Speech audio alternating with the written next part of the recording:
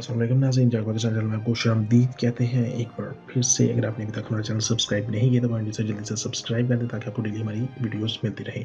WWE के superstar Roman Reigns ने खराबी सेहत के बायस अचानक अपना टाइटल छोड़कर रेसलिंग को हैदराबाद कह दिया।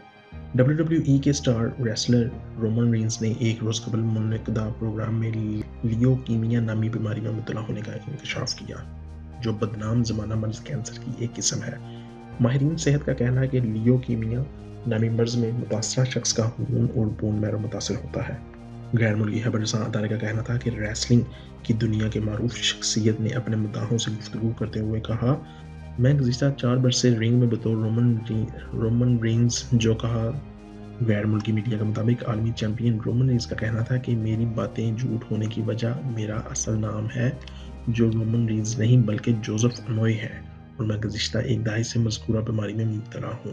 यूनिवर्सल टाइटल के हामिल रेसलर रोमन रेंज का कहना था कि 11 बरस बाद मर्ज़ दोबारा लाहक हो गया है, जिसके बायस मुझे टाइटल को हैदराबाद कहना पड़ेगा, लेकिन मैं वापस आऊँगा। रोमन रेंज का कहना था कि मैं फुटबॉलर बनना चाहता था, लेकिन फुटबॉल कैरियर ख़त्म होने की वजह से रेसलिंग के रिंग में आ गया था। हम मेरे चैंपियन बनने का ख्वाब मेरे मुद्दाहों ने पूरा किया। गैर मुल्की खबरसां अदारे का कहना था कि रोमन रेंज को अलविदा कहते हुए पॉल हेमर ने रोमन को गले लगाया और कहा कि तुम अकेले नहीं हो। रोमन रेंज ने समाजी राब्तों की वेबसाइट ट्विटर पर इन तमाम लोगों का शुक्रिया अदा किया जिन्होंने मुश्किल वक्त में इनसे रब्ता किया।